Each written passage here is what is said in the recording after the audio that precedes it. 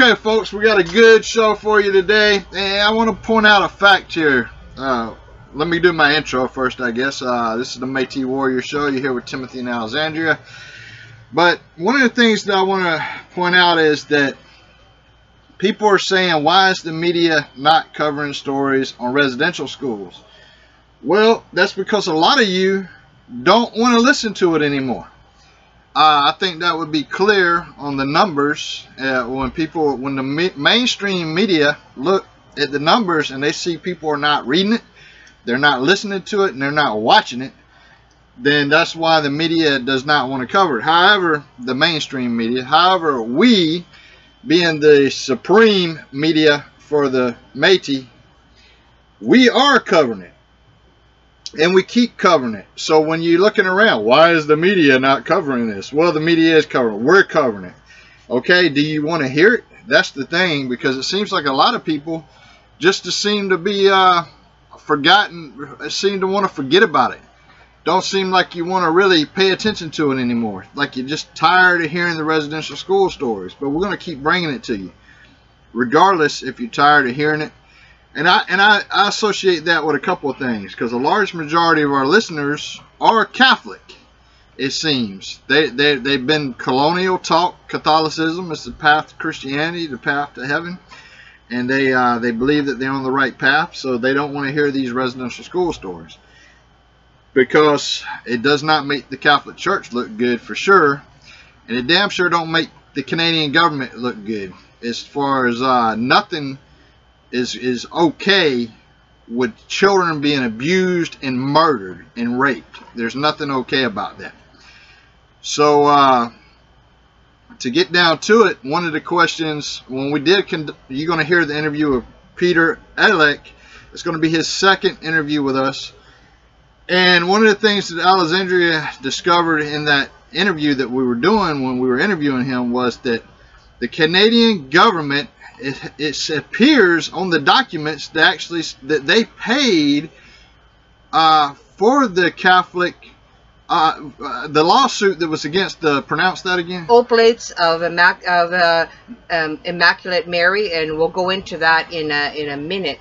But can I interrupt for a minute? Yeah, go ahead. Just in case people are not aware, Peter Aleck attended the Kamloops Indian Residential School from 1964 at the age of 4 years old, and was in residence there for 12 years. He was at the school for 12 years until the age of 16 years old. And what Timothy is talking about now, it's the Oblates of Mary Immaculate.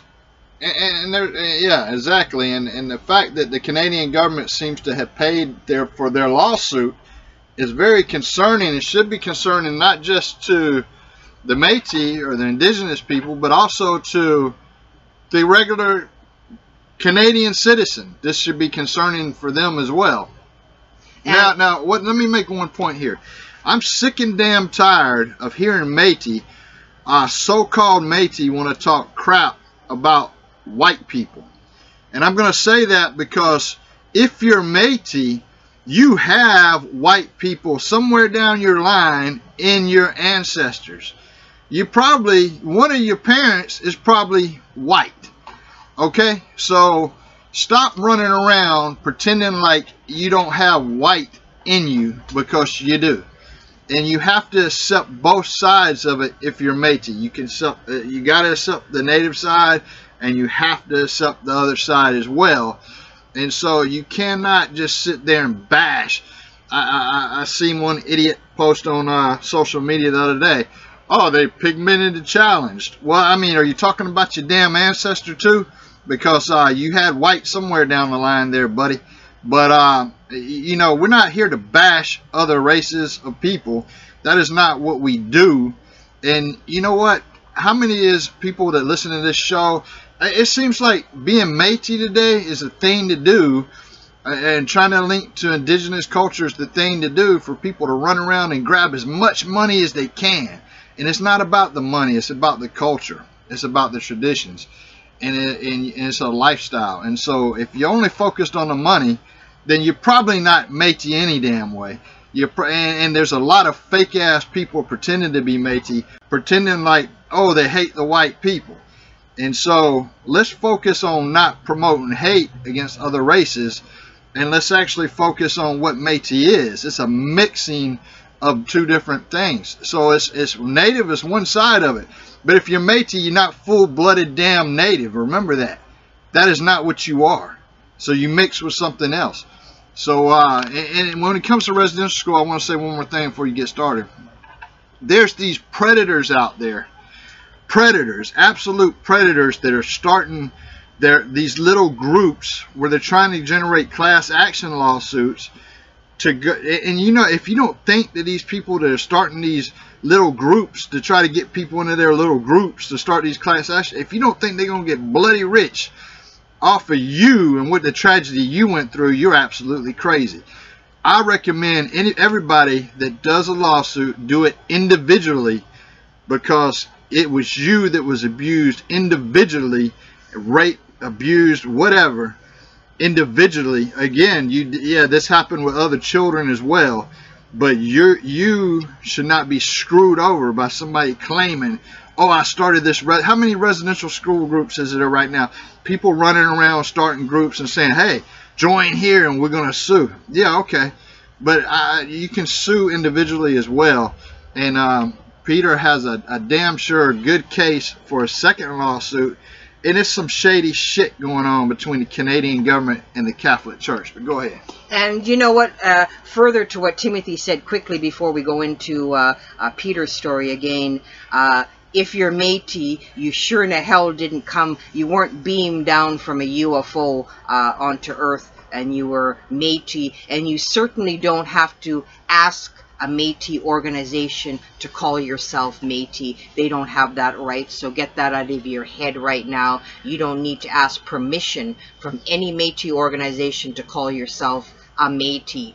But folks, if you're not aware of the Oblates of Mary Immaculate, quickly, they were founded January 25th, 1816. It was a French priest born in France, and it's interesting, as a lot of you may not know, that oblate means a person dedicated to God or God's services.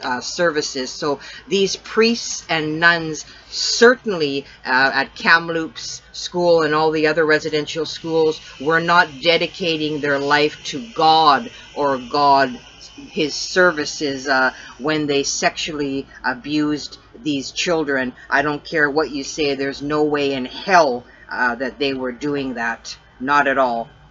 No, I mean, these were demons. I mean, and people that are Catholic, look, I want to say this. I have friends that are Catholic priests, and I want to say this.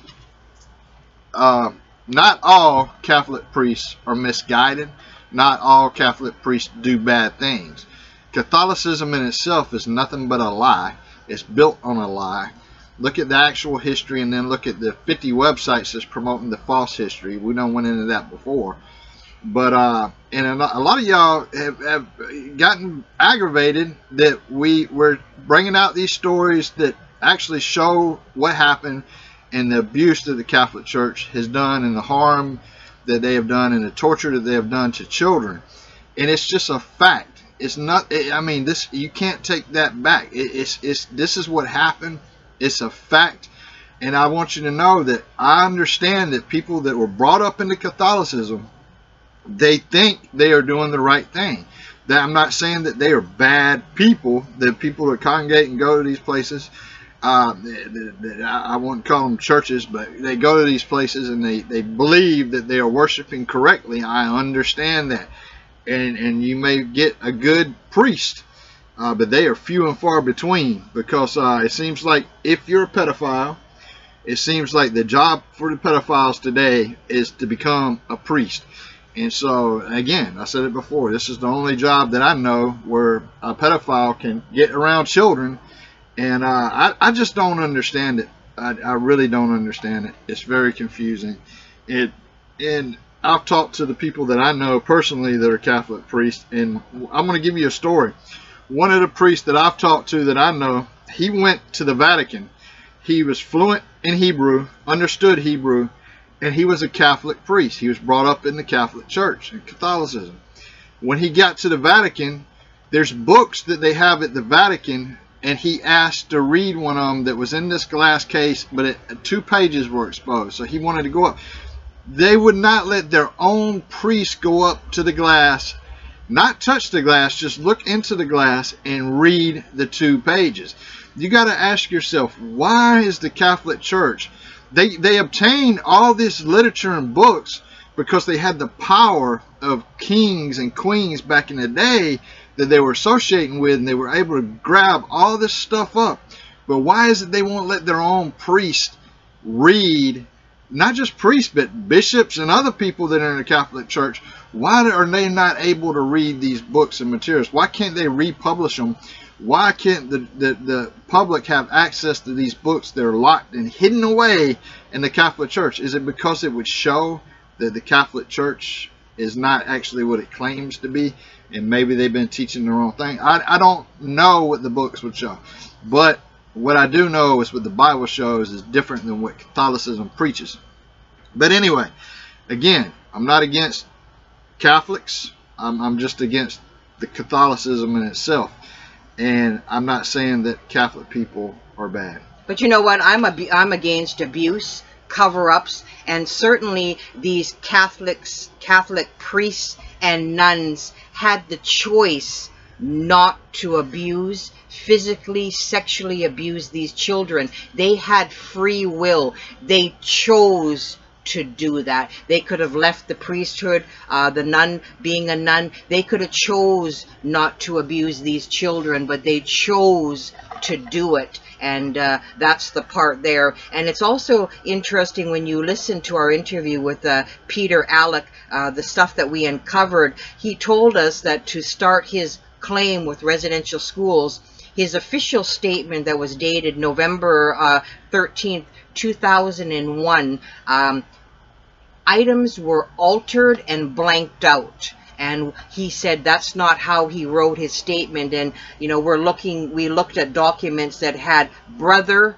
blank. So why is there a protection for the pedophiles, the priests and nuns, and why wasn't Peter and all the other children given that protection? But you're given your official statement and they're blanking out the names of the alleged pedophiles and perpetrators. That's not right to alter a legal statement, but they've blanked that out.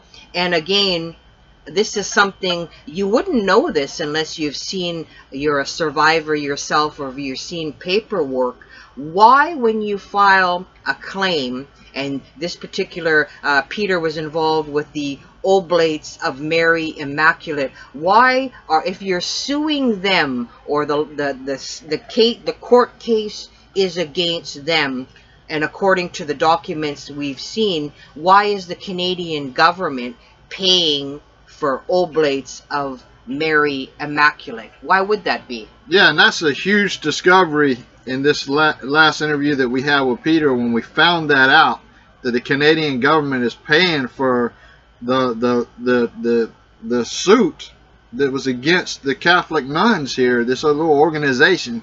Why is that? Does the Canadian citizens themselves, are they even aware? And I'm talking about the non-Indigenous people. Are they even aware that the Canadian government is doing this? And why in the hell would not these Oblate demonic nuns the organization be able to pay their own loss in their own lawsuit? Because if you get sued, do you think the Canadian government's going to come in and pay for your lawsuit? So what's really going on between the Canadian government and the Catholic Church? And I have a theory on that. You see, and I want every residential school survivor to pay attention to this. You not only have a lawsuit against the Catholic Church if you were in a Catholic-run residential school, but you also have a lawsuit against the Canadian government. Understand that. So if you just sue the demonic nun organization, or whatever Catholic organization that you're suing, if you're just suing them, then why in the hell is Canada stepping up and paying that bill? is because they have a bad conscience and they know that they were part of the problem. Well, Canada, your debt is not paid. That lawsuit was against the demonic nuns, and Peter actually has a lawsuit that now he can bring against the Canadian government itself.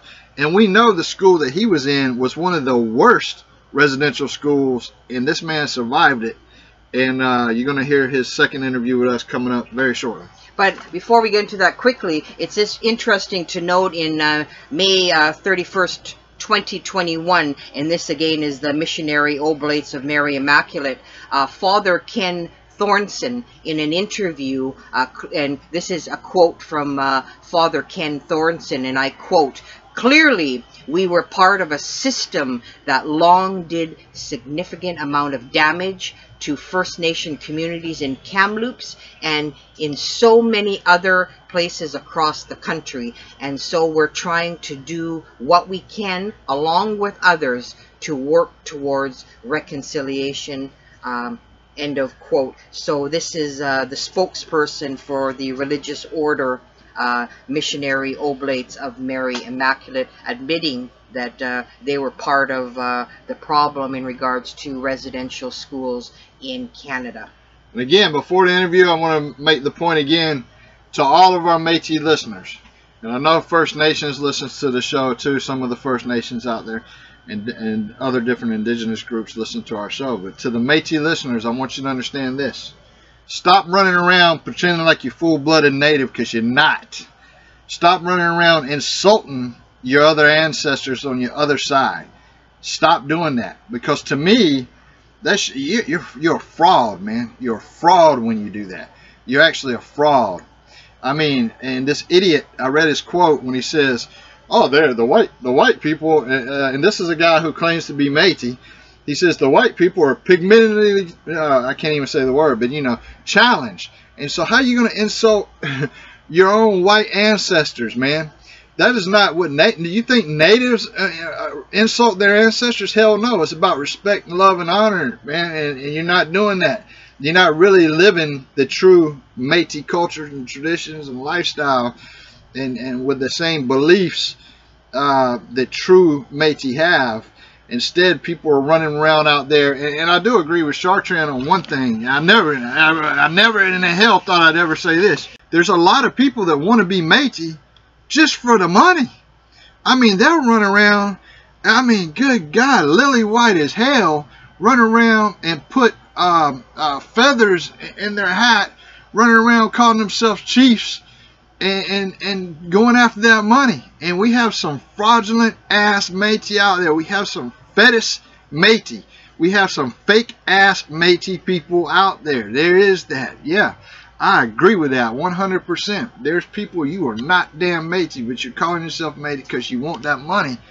And but being Métis, really, if you're really a Métis, you understand it's not about the money. Yeah, you're entitled. Métis people are entitled to a certain amount of money and reimbursements for things. But what I'm going to tell you is this: it's more. It's about the lifestyle. It's about the traditions, the beliefs, the culture.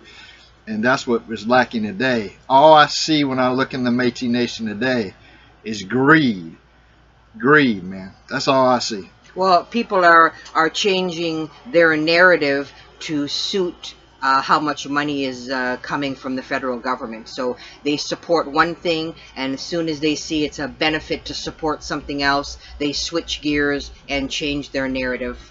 And let me ask you this: how many Métis people out there have a immediate parent, a mom or a dad that's white, and then they jump on social media and talk bad about the white people?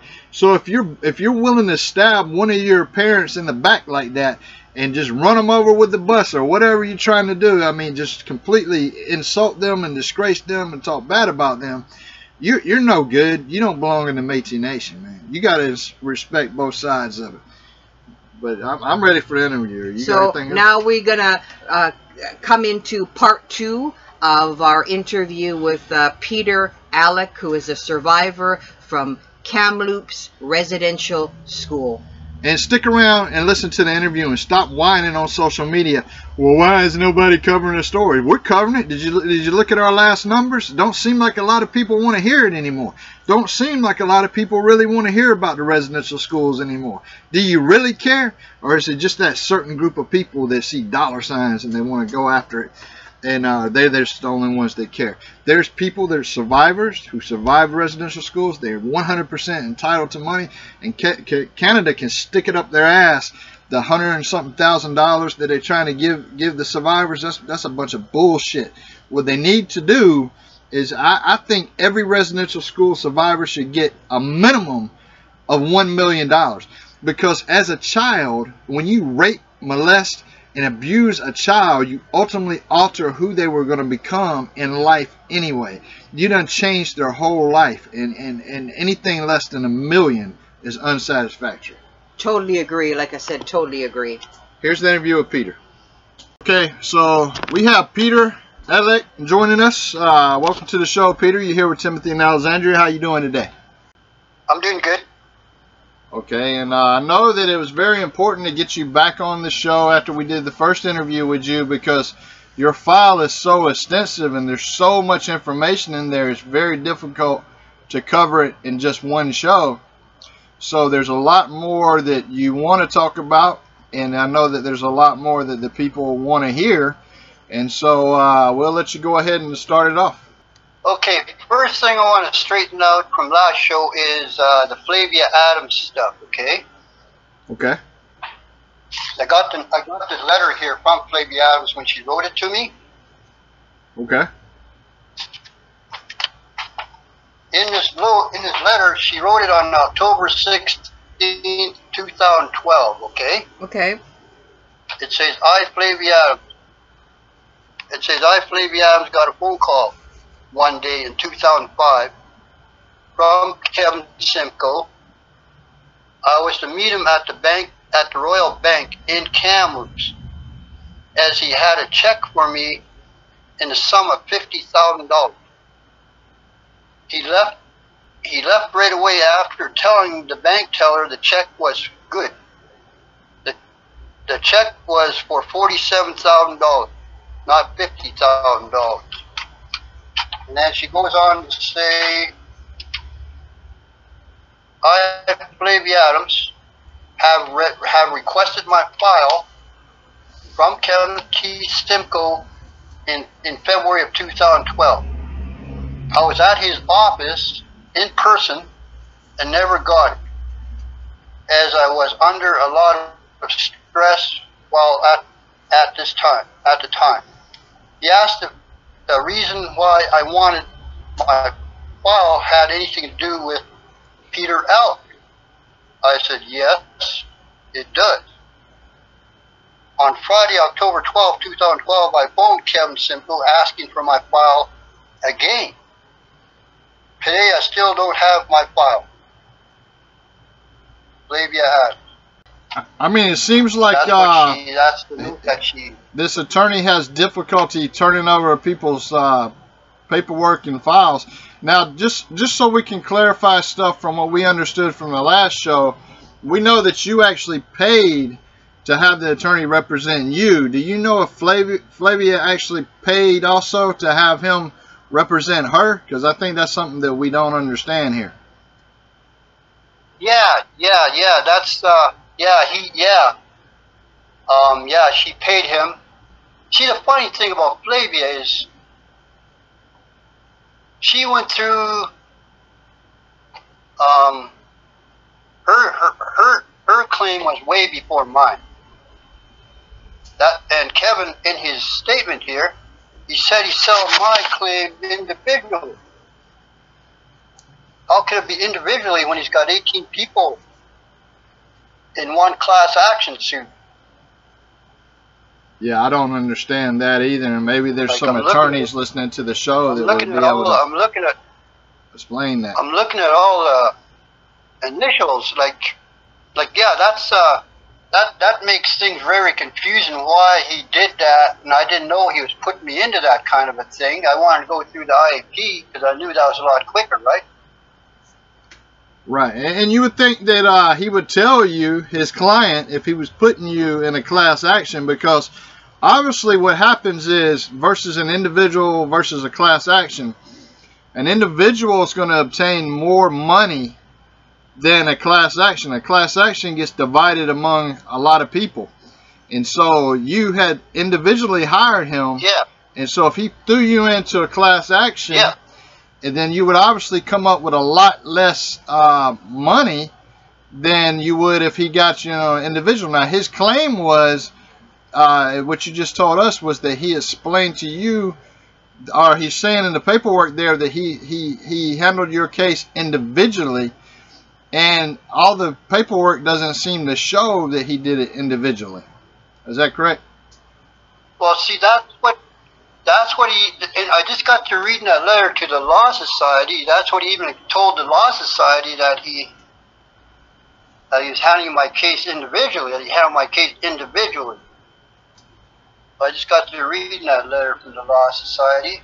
So Peter, And that's what he told them. Like he said, yeah. Go ahead, Alexander. So Peter, from what I get, and correct me if I'm wrong, Peter, you're alleging that Kevin Simcoe lied to you about the IAP because you were sent on May 16th, 2012. Well, apparently what Simcoe said, it's alleged that the IAP process wasn't up and running yet, and then here you get a letter from the adjudication secretariat, like you had said, saying that according to their records, you settled your claim during the litigation process.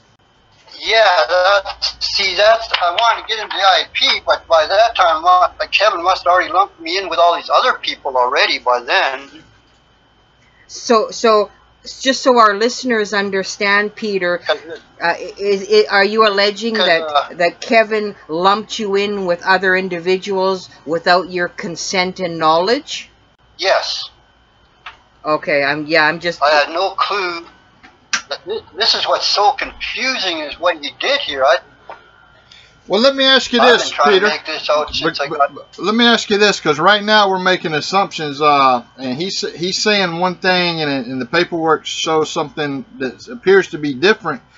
Is there a way that maybe the court can be contacted and you find out if your settlement came from a class action or if it came from the individual? I'm sure all we have to do is place a call to get that information. Because if it did indeed come from the class action, then that would be an out and out lie that he told you. But we'd have to get more evidence on that.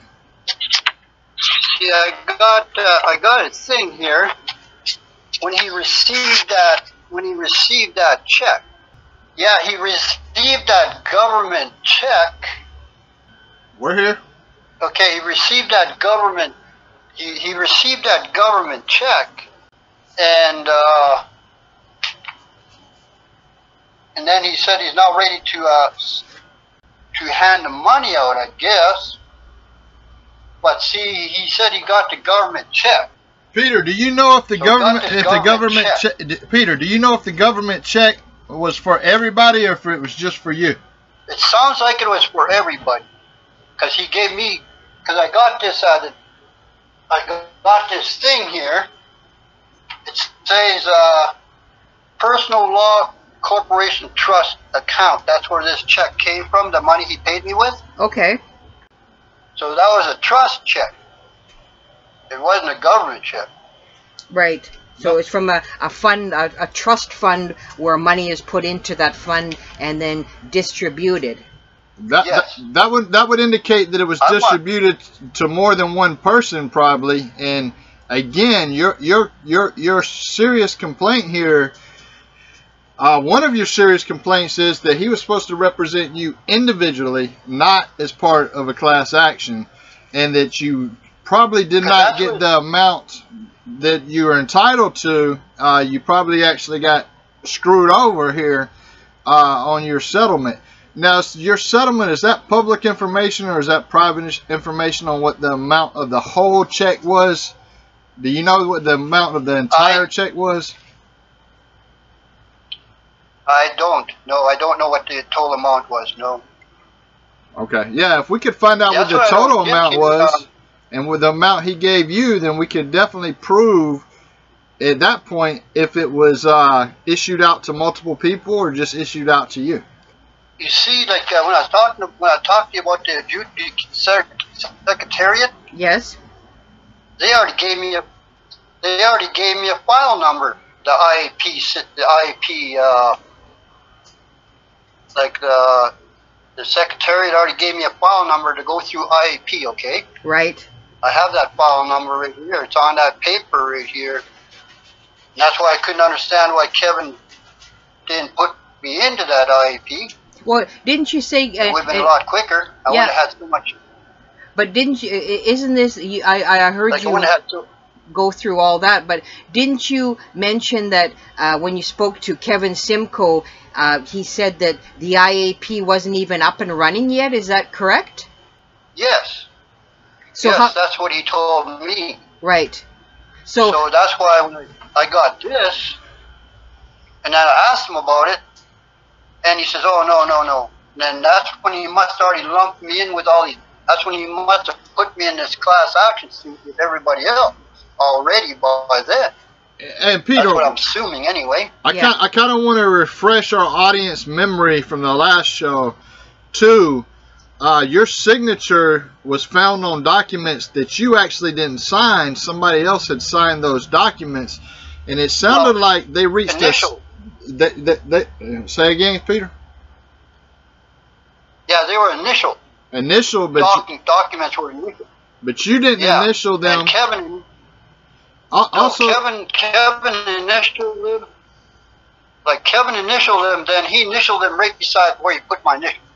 But let me ask you this question: when the court reached the settlement decision, in the last show, if my memory's correct here, when we go back into the last show, you said that you were unaware that they had reached a decision on the financial dollar amount, and that he just called you, and then there was a decision.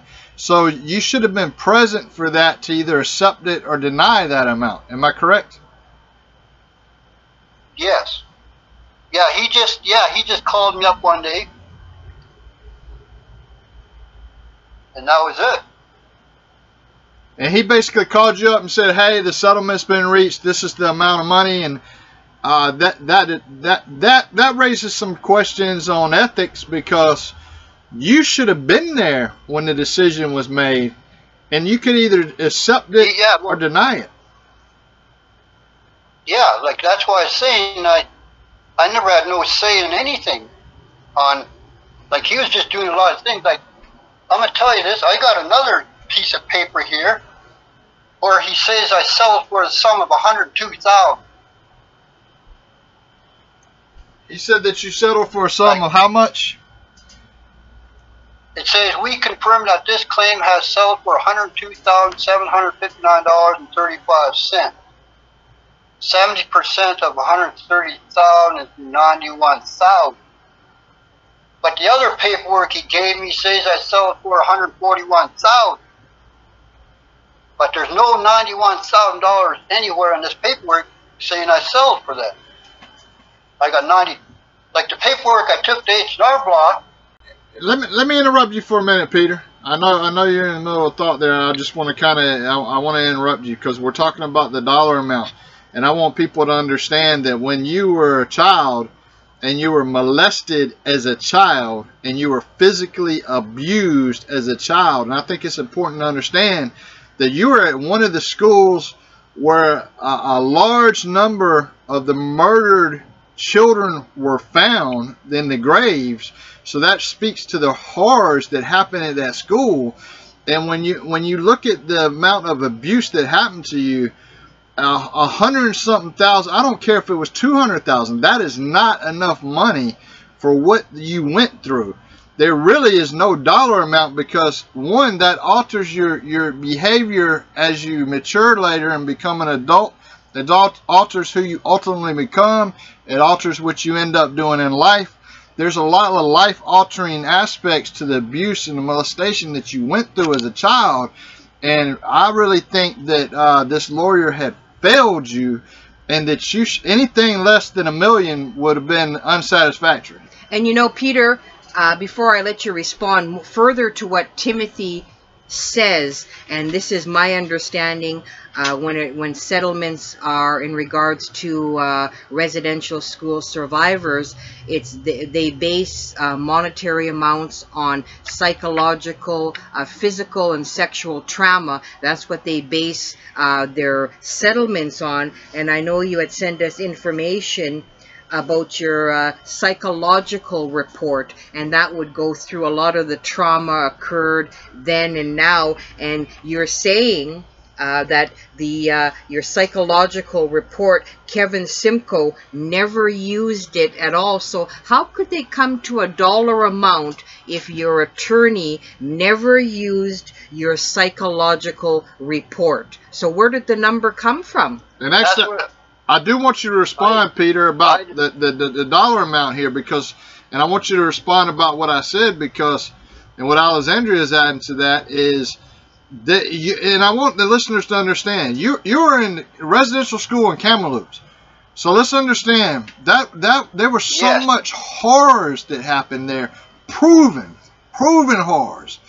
For you to get anything less than $1 million is completely absurd. But go ahead, Peter. Please respond. Well, you see, like,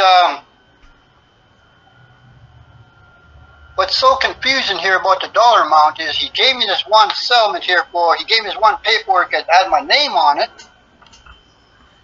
It says for sold for $141,759.35.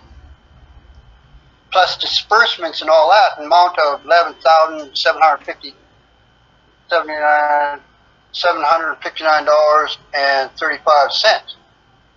See, when I brought this to H&R Block, okay, right, it had my name on it, but that woman at H&R Block wanted to look at my full paperwork, so I gave it to her, and she goes, that's when she goes, this isn't even your stuff, because there's other paperwork here has R.E. Flavia Adams on it.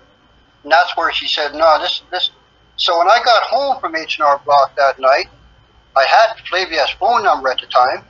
So I phoned Flavia, and I asked her, what was your settlement amount? She said, well, $92,583.36. And I'm like, how could that be? I got the exact same settlement as you did. Yeah, and that woman at H&R Block, that's what she said. This information doesn't belong to you; it belongs to Flavia. But Kevin's got my name on this settlement for $141,000. But Peter, listen. And he's got my name on another settlement. Hold on, listen for 1 second here. This is what I want the people to understand here, and I need you to respond to this. Don't you think? Now I understand we're talking about the different settlement numbers, and we'll get back to that. But don't you think, one, you was not there to accept the settlement, so how in the hell could they say that you accepted that amount? You really didn't know or understand what was going on here. But don't you think the abuse and nightmares that you went through at that residential school, don't you think that it altered who you became later in life? It altered what you were ultimately going to do, and it changed you. Clearly, it would have a lasting effect on you. And don't you think that is a very low sum of money to receive for the amount of torture and torments that you went through? Yes, that's a very low settlement amount. And that's you see, the thing about see, this is what I remembered. So I didn't tell you guys this last show, but my brother Ricky was sitting in on a meeting with me with Kevin Simcoe one time. Right. And Kevin Simcoe told me when he asked me, like in my psychological report, okay? Yeah. I have names in there who did things to me, okay? Mm-hmm. And Kevin Simcoe, when I told him the priest's name, he says, oh, that's about, I forget how many complainants were against this priest at the time, but he gave me a number He said, "Oh, you're this number now. That's how many complaints have filed a complaint against this priest." So I asked him, "How come you tell me that? That's got nothing to do with me. You're not supposed to tell me anything like that." That's right. That's a I'm not supposed to know anything about anybody else, isn't it? That's a privacy breach. Like when Kevin told me about this priest being named by other people, I kind of looked at him like, "Why did you tell me that? Why did you tell me that this priest is getting named by other claimants, and this is about how many claimants named that priest?" Yeah, I said, that's got nothing to do with me. No, that's a lack of ethics and a breach of the privacy. It's a privacy violation. That's one thing I forgot to mention to you last show, that he did that. That's what he told me, and I couldn't figure out why he did that, or why he would even do that. Yeah, but right now we're focused on the financials and the paperwork, right? I'm trying to pull out of you the psychological, the long-lasting psychological effects it had on you, so that people can hear this. It turned me into a very... We're here.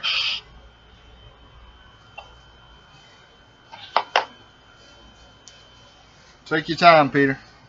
It turned me into a very dangerous person. And you know, Peter, we're so sorry that this happened to you and so many others.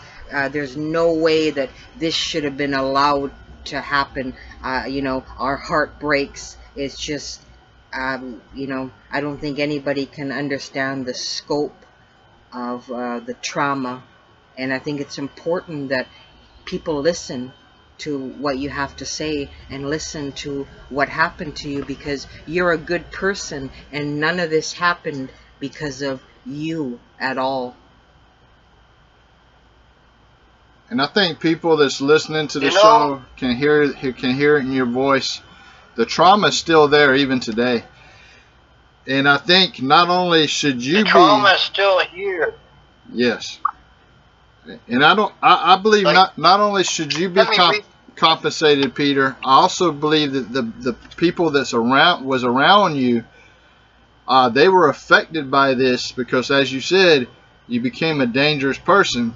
And I think they should also be compensated, because what happened to you just didn't affect you, but it affected those that would ultimately become close to you after the fact. Yeah, there was a time in my life I wasn't allowed in my sister's house, or to my sister's house, because I was just too dangerous. That's you know, Peter, it's just, you know, our listeners can hear your pain, and the thing that bothers me is that Kevin Simcoe, in my opinion, really is allowing this trauma to continue. He really didn't serve your best interests. He didn't act in your best interest. He went off, and for somebody not even to use a psychological report when you're dealing with settlements, I mean, he just botched it from day one, and you're reliving trauma by an attorney that is supposed to be working for you, advocating for you, and clearly by the documents that you've sent us, he has done nothing of the sort, and he's not worked for you, he's worked for himself. He might as well have became a priest and not an attorney, because all he did was re-victimize you. You see, like, even in this community today, people judge me. Even today, I'm going to be 61 years old this year, in a few months. And people still can't get over the way I used to be. Because they don't understand what you've gone through. And I think a lot of Canadians that are not Indigenous have no grasp on how human beings could be treated by, I mean, Catholic priests, evil priests, nuns, the Canadian government, they all worked hand in hand to try and eradicate Indigenous First Nation people. And people have to hear these stories, hear your stories in your own words, because without truth, like I keep saying, there can be no reconciliation. And you should have never in a million years be subjected to what you did. Never. See, I was in 1991, before I turned my life around, I got charged with attempted murder of an RCMP officer when I was under the influence of alcohol. The only thing that saved me was my lawyer mentioned I went to the residential school to the judge. And the judge took that into consideration. Right. And he gave me a second chance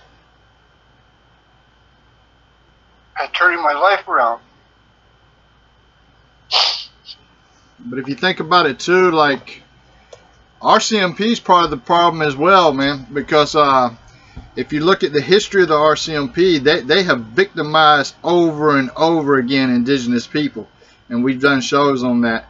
And they've physically abused Indigenous people. And so for this guy to pull you in for attempted murder, I'm glad the judge showed mercy on you, but I'm not sympathetic to the RCMP at all. Well, the RCMP, if people realize, the RCMP were involved in taking children to the residential schools for the Canadian government. So the RCMP had a huge part to play, and even with murdered and missing Indigenous women, I mean, RCMP, there's a lot of racism in the RCMP against First Nation, Indigenous, Metis, Inuit people right across Canada.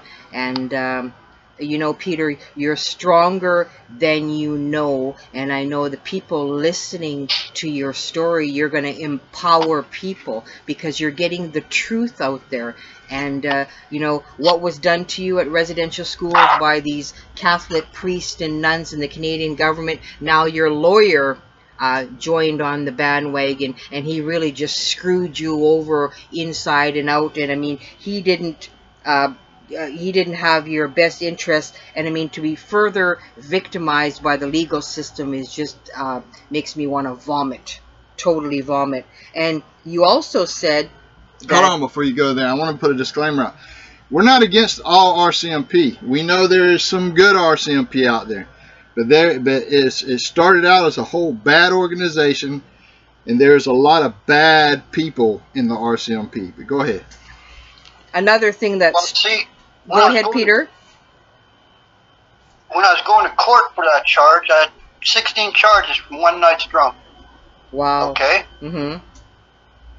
And the first one was attempted murder on the RCMP. And I had 15 other charges. And I got locked up in a cage. May as well call it a cage. It wasn't even a jail cell. It was a cage where you couldn't even hardly see out of it. You couldn't see in it. It was in a room by itself. Nobody knew you're locked up in a cage in that room. I couldn't talk to nobody I didn't know what I was even charged with, because I was so drunk. And I told this police officer at the front desk, I had a cousin who was an RCMP officer in that town at the time. Right. I told him to tell my cousin that I'm locked up back there in this cage. And they never told him. And the only way he found out I was locked up in there is because he's the one that had to come and put the handcuffs on me. He didn't even know that was me in that cage, because you can hardly see in there. Right. And he looked at me and said, "Pete, what are you doing in this room, in this cage? I said, I don't know. This is where they put me. You must have done something pretty bad, Pete. This is for bad. This room here is for dangerous people.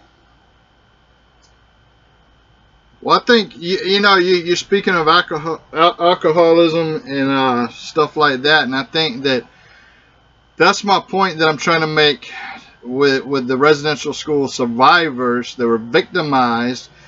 In their time at the residential schools, a lot of people became alcoholics. A lot of people became abusive. And again, it's the tragedy that they went through, such as yourself, at the residential schools, that led to this. And when we talk about going back now to the dollar amount, when you talk about the dollar amount, well, Alexandria has something she wanted to do first, but we'll talk about first. But when you talk about the dollar amount, $140,000, they can take that check and shove it up their ass, because that is not enough money to give a residential school survivor. Well, again, you can never take away the abuse, the trauma, sexual, physical abuse. You can never get those years back away from your family. So it's priceless, and they're, throwing money at residential school survivors is not the answer. And another thing that bothered me, Peter, is that you had mentioned that there was a statement that you gave to the RCMP that you said was altered, and you're saying, Yes. I don't know about that statement. Who would have altered your statement? I mean, they can't alter a statement unless you put your initials beside anything that's being adjusted or altered, because it's a written statement. It's the thing I had to do first before I even got a claim going. I had to do this statement before they even got me a claim started. So you're saying, and just I didn't even I didn't know that this statement was altered until I got my file back, and I found it in there.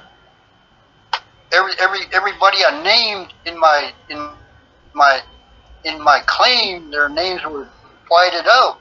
Lots of stuff is whited out in my statement, throughout the whole statement. You got half sentences, you got lots of stuff is whited out in my statement I gave to the RTMP officer. Yeah, because I'm looking at the November state. 13th. Yeah, their statement here where there's you can tell where it's been altered, it's been blanked out. Why do you think they would have altered it? And another question that I have that I'm sure our listeners are going to be asking, why wouldn't you get a copy of that statement? Because that's the beginning of your file, that you have a copy of your statement, and then it just seems odd that I'm looking at the pages of your statement here that are clearly have been blanked out with whiteout. See, there's I didn't know that was even done until I got my file back, and I looked at and when I looked at it, and I'm like, who would do this? I don't know who did that, but somebody did. Yeah, because I'm looking at that's why I say my claim was botched straight from the beginning. Because just so from my first statement. Yeah, because just so people get a timeline of what happens with a residential school claim, you're saying that this statement to the RCMP, and the date of your statement was November 13th, 2001. And I'm looking, just an example here, page 16, and your statement, it says, yeah, brother, and then brother's name is blanked out in all places. So how can it be a legal statement if they're blanking out brother's name? And you know what? He turned this statement into Canada, because you had to turn in stuff to Canada, the stuff I'm filing it for, right? Right. I'm making claims again. He turned this into Canada. So I'm wondering, is that how he turned this statement into Canada? Yeah, I mean, why would, even you look at even page 17, page 18, every time it says brother, there's a blank after that. So you're saying that brother is why aren't they naming the priest in your, or the brother in your official statement? Why are they protecting him and blanking out his name in an official legal statement? And if your lawyer turned it in that way, clearly all he was doing was screwing you from the get-go. Yes. That's why I said my whole case was flawed right from the beginning.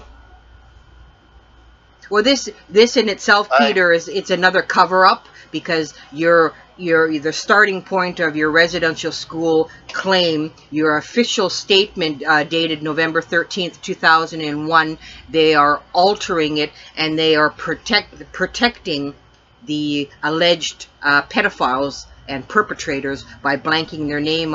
So why didn't you deserve that protection when you were in the residential school? Why are they protecting these alleged pedophiles and these alleged abusers and if they're sending this to the government of Canada, why the cover-up? You know what I mean? Every time you look at these pages, these names are blotted out. So who told them? Who blotted their names out? Because this is not the statement that you wrote if it's been altered. No, that's not the statement. Like, whoever did that made those say sabotage me. Well, they did, because, I mean, I see a lot of people that they're allowed to name their abusers, their alleged abusers, so why are they covering up for these priests? Now, here would be my question. Why is not the, let's say CBC, for example, why wouldn't they just take your file and go to the attorney's office and ask the attorney on camera, what the hell's happened with that file? CBC has the manpower, and they have a lot of ability to go there and do this. We may have to end up going and trying to interview the attorney ourselves and asking these questions, but I would have hoped that CBC would have got on top of this. Yeah, right through my whole claim, it seemed like something was going on that I wasn't aware of, and things were happening that I wasn't aware of. So, you know what, Peter? And, yeah, I mean, your attorney, really, he was supposed to be working for you, and it's obvious through all the documentation that we've seen, he hasn't had your best interest at heart at all. You weren't kept informed of the stages of the process of your claim.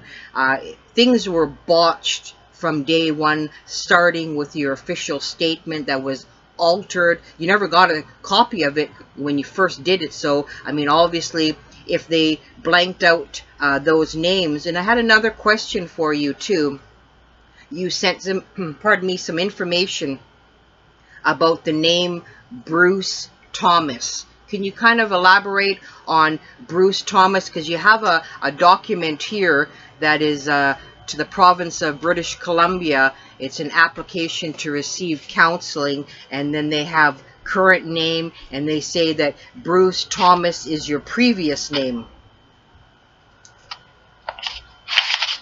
Well, I know Bruce Thomas is my good friend, so I wouldn't, when I seen his name in my file, I wouldn't talk to Bruce Thomas at his house in Kamloops. So, but this is what Bruce Thomas told me himself. Okay. Bruce Thomas told me himself he never filed a complaint until 2007. Right. And he never filed for sexual abuse. So why is his name on my paperwork as a sexual abuse victim from 2001? Yeah, like, and it says here at the bottom of this form, Kevin T. Simcoe. Yeah. So it seems like Kevin Simcoe has a lot of questions that we need answers to, and I think, I mean, and ask him point blank, you know, all these hard questions and why he did the things it's alleged that he's done. Let him answer those questions on camera. I sent you another. Yeah. See, when I asked, like when H&R Block sent me back up there, right? Right. To get these questions off, get these answers off him, he kept running away from me. He said, I don't legally have to talk to you no more. To you? I don't need legally have to talk to you. Yeah, to me. That's what he told. He even got that. He's even got that on my complaint to the Law Society, I think. So he doesn't legally have to talk to you? Well, he wasn't talking to you when you were his client. And you know what? If he was screwing you over from the very beginning, why would he want to talk to you? Clearly, an attorney who was doing the right thing for you would have no problem talking to you. They would have no problem. And so there's a lot of evidence here that's very questionable. This attorney seems to have done a horrible, horrible job. And the questions that we raised on the last show, did he collect a lump sum of money, keep it in a certain account, draw interest on it before he issued it out to the people? That would be one thing. Number two is, how in the hell did you agree to a settlement amount when you was not there to agree to the settlement amount? Yeah, those are questions I'd like to know. Like, how come he's got my name on different settlement amounts? That's what I don't get. And was he able to collect fees by putting you in multiple settlements? That's another question. That's what, how much? See, like, I got proof here. Mm-hmm. Like the one I took to H&R Block, okay? Yeah. The one that he says was mine. Mm-hmm. But that's the one that woman said was belonged to Flavia. Yeah. He took $5,105.99 off my claim on taxes. Wow. And I never did ever receive any paperwork from him about the taxes. I never received any money. I never even got to claim that money back. So I'm out. So $5,105.99. So we're talking about potential financial fraud here, which is criminal. That's one of the things that we're talking about that should be looked into very heavily. Plus I got evidence here of another residential school victim who went through the IAP system. Like, he told me I couldn't go through the IAP, okay? Right. But this guy went through the IAP same time I was going through my stuff, my discovery. And Kevin Simcoe, that's when I couldn't figure out why he lied to me about the IAP. But he took off this IAP victim here, off this residential school survivor, he took $3,579.27 worth of taxes off him. Well, another point here, Peter, would be, again, as you had mentioned earlier, he was supposed to handle your claim individually. I'm just going to put out a scenario, what if. So what if he took your money, you hired him, and he took on other clients into your claim to potentially get more income for himself, but he did it off the fact that you paid him for this. You paid him the money for this. And this is very questionable. Was it an individual settlement? Was it a class action settlement? This is questions that you have that you do not know. The main one being, how in the hell would you accept the settlement if you wasn't there physically to accept the settlement? That's right. Like, I don't know. Like, he said he put me through litigation. I don't really know what litigation is. Well, litigation is that you're going to court and you have a hearing in court where you should have been in court unless you signed a paper saying you didn't want to go to court and you were just going to have your attorney speak for you. Then that's false. Like, I never did appear in court. Ever. Yeah. So, I mean... like this thing here I got from... because he says he put me into ADR. I know he's got me into ADR, he's got me into litigation, he's got me into... I can't make out what he really did for me. I can't... it's just so confusing. I don't know what ADR is. It's an alternative dispute resolution, but I'm looking at the paperwork here. There's only CEP and IAP. I don't see no ADR there. And that's from Phil Fontaine, when Phil Fontaine was getting this residential school settlement stuff going. Right. But there's no mention of any ADR in this paperwork here. Like, that's what when I'm looking at my paperwork, I'm looking for ADR. Like, what's this ADR? Because he kept on saying, "Oh, I put you into ADR." Like, I think the story here is not just an attorney that has possibly screwed you, which is what we're questioning right now, did he or did he not? But the question also would be the governing body for attorneys. There has to be some corruption there, because this guy is listed as in good standing, and you obviously had filed a complaint against him, and nothing happened. And so if I was CBC, and again, they have a lot of resources, they could easily do this. They could ask, why in the hell was this guy not disciplined for failing to represent you properly? And they could ask Kevin T. Simcoe, they could ask him also questions about that you're having in person on camera. If we have to do it, we will. But why is CBC not doing it? I don't know. And the point is, Peter, really to blame, in my mind too, it's the Law Society of British Columbia that has failed you, because I'm reading your complaint form and you clearly give the details of your complaint, where failure to follow instructions and communicate. So clearly from what you sent us, it's as clear as day. Kevin Simcoe really failed to follow your instructions. You are the client, and failure to communicate. You had told Kevin Simcoe, I'm not going to say the dollar amount, you wanted a certain dollar amount, and you only received a certain amount after 7 to... Well, what was the dollar amount? We need to know. What did you originally want, Peter? On the complaint here, you've got listed $240,000, and you only received $92,000 after 7 to 8 years of working on your case. That's not enough either, Peter. $240,000 is not enough. You need more than that.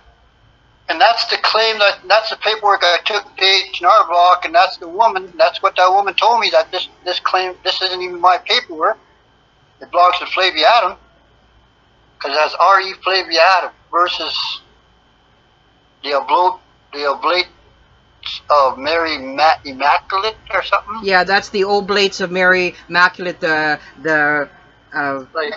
Catholic order that was running the church, the Catholic order that was running the school. That's the Oblates of Mary. They're the demons. Let's just call them the demons, Peter. But you know what, Peter? Like really, I think CBC or anybody out there should be contacting the Law Society of British Columbia, because on your complaint form it says, what does your complaint primary concern? Well, you got every bloody box ticked off plus the other box. So what was their motive for allegedly protecting an alleged corrupt lawyer? What was the motive for the BC Law Society? Because you've showed us all the documents that you've had. It's as clear as day. So why didn't they again protect you, Peter? I don't know the answer to that. I guess that's just the way they wanted to do things amongst themselves, I guess. Let me ask you this question, because right now we're at the 50-minute mark. Is there anything else that you feel like that you would like to let the people know that we're not covering right now, that we're missing? Like, I would like to know how many other residential school claims did Kevin T. Simcoe take taxes off? Because I got proof he took them off me.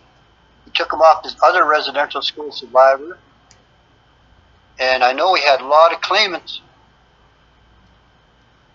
Like, if he did tax evasion, That's against the law. Oh, of course it is. Well, yeah. You know, he didn't only defraud me, he defrauded Canada. Well, that's if he did. That's if now we're talking about allegedly here. So this is questions that we would need to ask him to answer. Did he defraud you? Did he defraud other residential school survivors? And did he defraud all the taxpayers in Canada, including the Canadian government? So that would be something that we need to understand. Like, I don't know,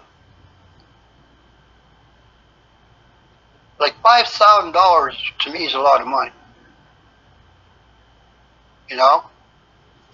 And to lose money like that due to negligence or whatever, and not have any paperwork to go reclaim that taxes, and to go there and to have that woman at H&R Block tell me that settlement amount, that paperwork isn't mine, it belongs to this other residential school survivor.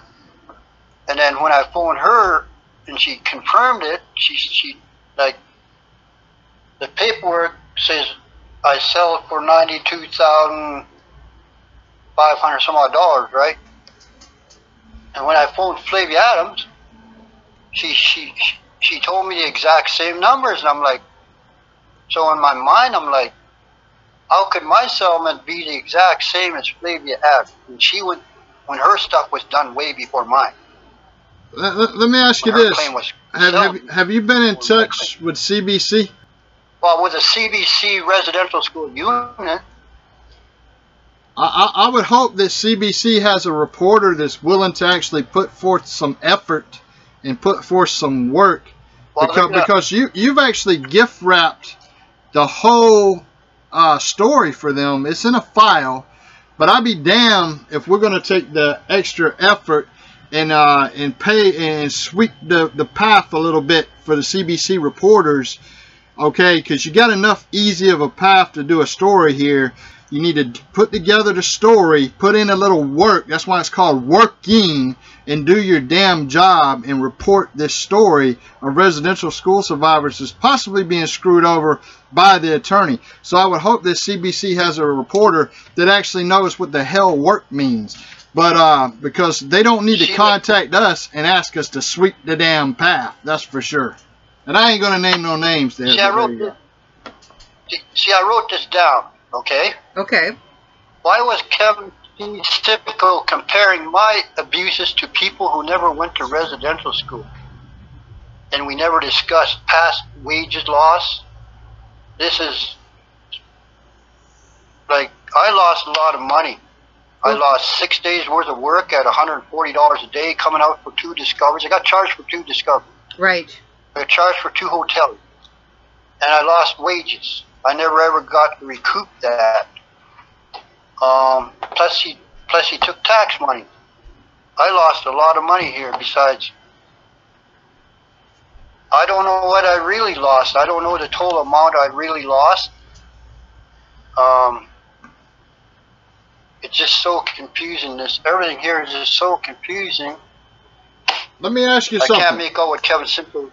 Do you feel like you got community support in your effort here? Because to me it seems like there's just a lot of people that don't give a damn anymore.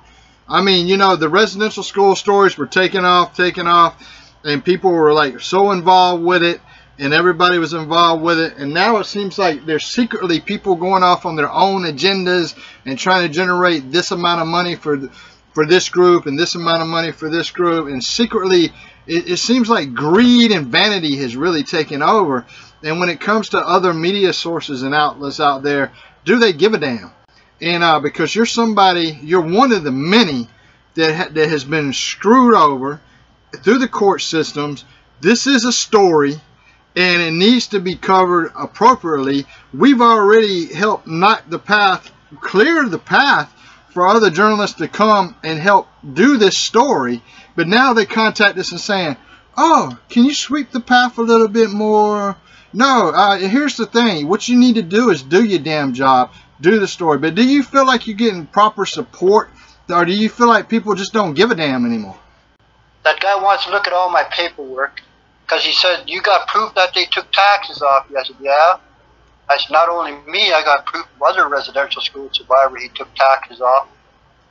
He said, okay, that's what I wanted to know. I said, yeah, okay, I got the paperwork here proving that he took taxes off me, and I never recouped them ever. I never ever did get back. I don't know if I could ever get back. But here's the thing, there's more stories than just the taxes there. The bigger story would be, how in the hell did you accept the settlement when you went there to accept the settlement? And was it an individual or was it a class action? And so there's other stories besides the tax. I'm glad you come in and look at the file at least. That's great. I'm glad that they can follow on the coattails here. Go ahead. See, in the complaint to the losses, well, in Kevin Stemko's own words of the response letter, he states he settled my claim individually. Right. How can it be individually? He's got me down with all these other people. So it's, yeah, I mean, it's contradiction right there. It's just clear as day. Did you guys look at that paper on my itinerary when I was coming off my discovery? Peter, you do know you sent us like 5,000 pieces of paper. But I've looked at most of them, Peter. Rest assured, I've seen almost all of them. But he does have his other name on top, and then Flavia, and then he has my name for my itinerary. Right. Travel to come and do my discovery. But this other name, I don't know what that name's doing on top and my paperwork either. You know? Yeah. Well, I think your story, Peter, is a lesson. That's right, because you know what, Peter, you're talking about using Flavia's name. I'm looking at something that you sent me from the government of Canada, where it says Re Flavia Adams, client number, and you're listed on that paperwork as well. And the thing that I'm trying to wrap my head around, and I think I want all listeners to really pay attention to this. This is from the government of Canada, and it says the client versus the Oblates of Mary Immaculate, and that's the Catholic organization that ran the school. So it's the residential school survivor versus the Oblates of the Mary Immaculate. That's a Catholic organization. Why is the government of Canada paying, if you're suing the Catholic Church, why is the government of Canada giving the settlement money? Because that's what it says right on this paper here. Yeah, why is that? So did the money come from the government of Canada, or did it come from these this group of demonic nuns? Or who did it come from? Well, it came from the government of Canada. Separation of church and government. How does that work? I don't know. It says it right here. Well, if I did send you the one that, like it says, there's one settlement. It says, I confirm that this claim has settled for $102,759.35. That's the one I'm looking at, but that's the 70% of 102. It says, yeah, because it says. And then you got 91,000. Yeah, the counsel for the plaintiff. You're the plaintiff, and the counsel for government. Yep. For Canada, but yet you're suing the Oblates, and Canada's covering the bill. Yeah. So how is that working? Why is Canada covering the bill? They are. Why is Canada covering the bill? We know not only should you sue that group of Oblates of Mary Immaculate, but you should also sue Canada, because they weren't the only one responsible. Canada was also responsible. So what it sounds like to me was they know, okay, you suing them, but you may sue the Canadian government too. So they're trying to both pay, so then that eliminates a future lawsuit. So if you suing that one group, they're going to say, well, how can you then turn around and sue the Canadian government, because they're partially responsible for the residential schools as well and what happened there. So you would have two individual lawsuits that you could do. And your story is a perfect lesson for all residential school survivors, not to do a class action with these greedy vanity people that are leading these certain groups wanting you in a class action.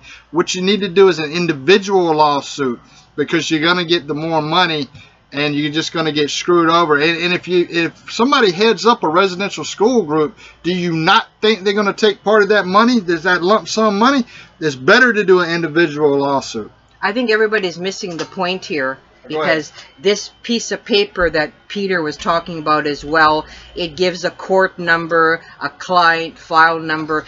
Let's break this down very slowly. This is from the Government of Canada, and it says that the survivor, I'm not going to name the survivor is taking to court the Oblates of Mary Immaculate. Okay, you're taking that Catholic order to court. That's who the court case is about. But here you have the counsel for the residential school survivor and the counsel, it says right in this letter, for Canada. So did the check or did the money for your settlement, since you're suing this Catholic order, come from Canada or the Catholic order? Because according to this letter, the Government of Canada is paying your settlement. So why would they pay a settlement when you're suing the Oblates of Mary Immaculate? That's a good question, right, Peter? Yes. Because like a lot of, like even the bill of costs aren't even approved by anybody, but he took them. Well, don't you think that the Canadian government plus this group of Oblates of Mary Immaculate? Don't you think they both owe you money, not just one, and they're trying to somehow screw you over and only one pay? Yeah. It's weird how that's happening. Yeah. Like, there's a whole conspiracy that Alexandria just pointed out, and that's something that we really need to focus on too. That's a huge story right there. Well, that, like I said, this letter is asking you to review everything, and you fax a copy back to this Canadian government office, and it says this will allow us to begin our funding process. So you're suing the Oblates of Mary Immaculate, but yet the Canadian government in this letter is sending you have to fax this letter to the Canadian government, and then the Canadian government will begin our funding process. So why wasn't the church paying? Why is Canada in this one case picking up the tab for Oblates of Mary Immaculate? This is a government pay, saying that the government is going to start your payment process, but yet you're suing the Oblates of Mary Immaculate. So did the government of Canada just say we're taking responsibility and letting the Catholic Church get away with all this abuse, and we're just going to shove money at people to shut up?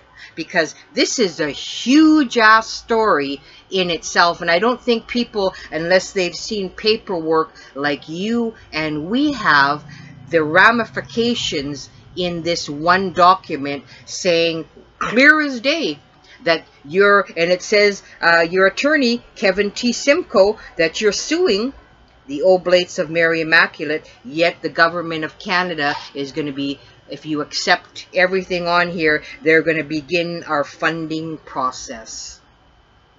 So that's a cover. Yeah,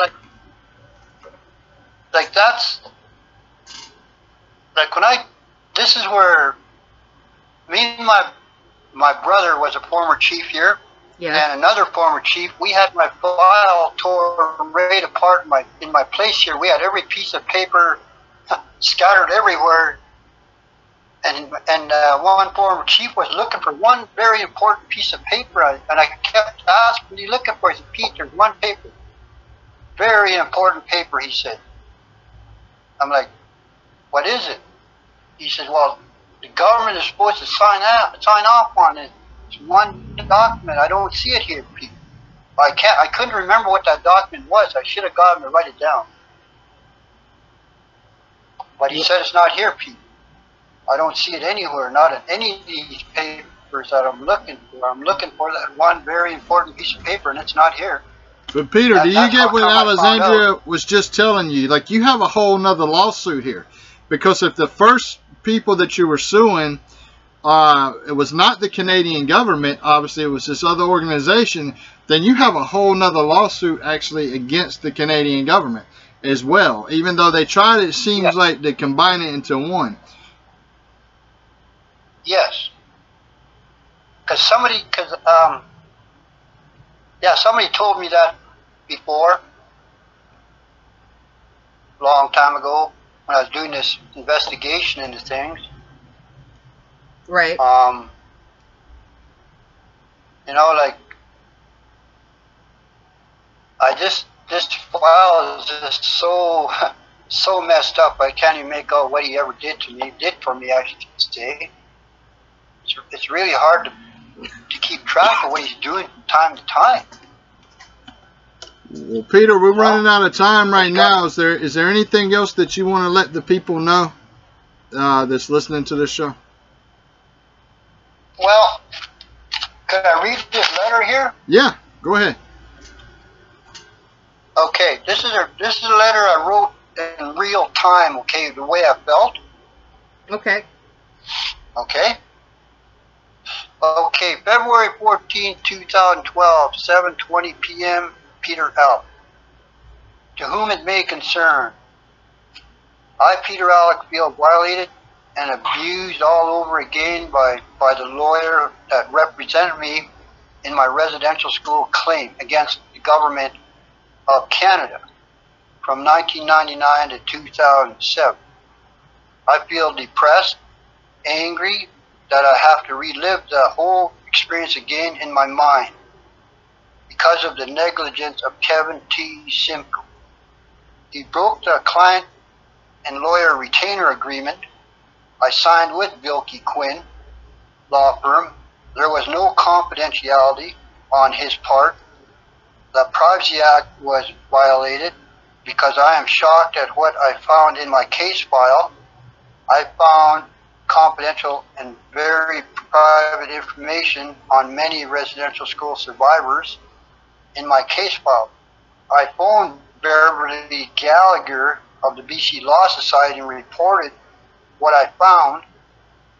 Kevin T. Simcoe failed me at every level of my claim. So much wrongdoings, I'm afraid my personal info will get out into the public for people to read.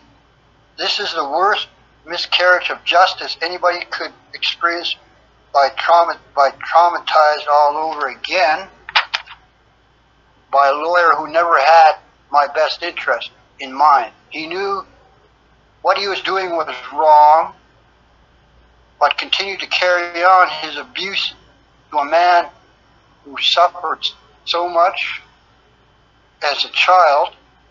I needed a lot of help getting over this whole ordeal that was not my fault. I feel Kevin T. Simcoe should pay the ultimate price for abusing his trust and position as a lawyer who practices law in Canada. We have laws in Canada that are put in place for a reason. When these laws are broken, where is the justice?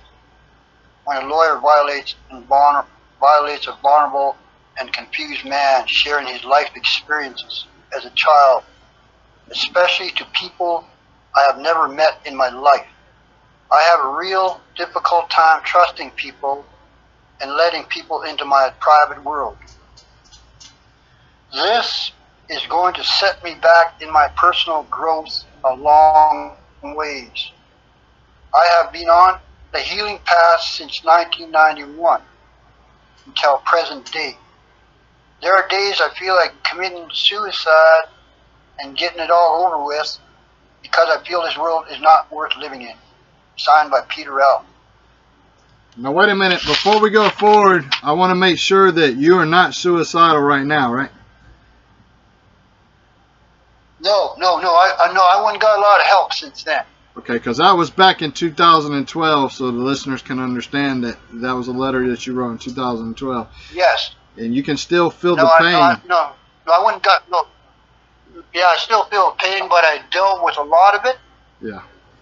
Over the years since then.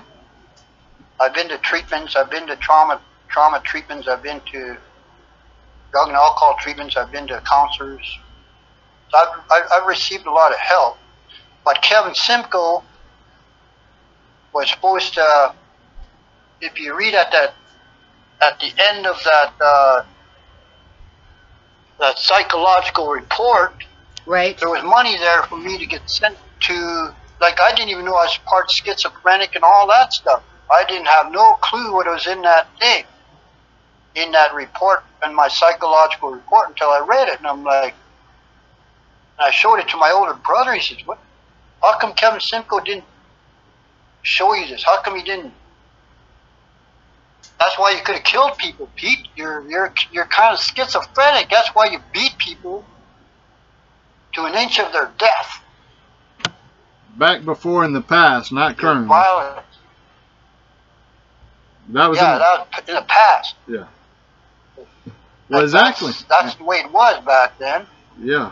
And how come, like, Kevin Simcoe, he really dropped the ball when he didn't use that psychological report in my claim.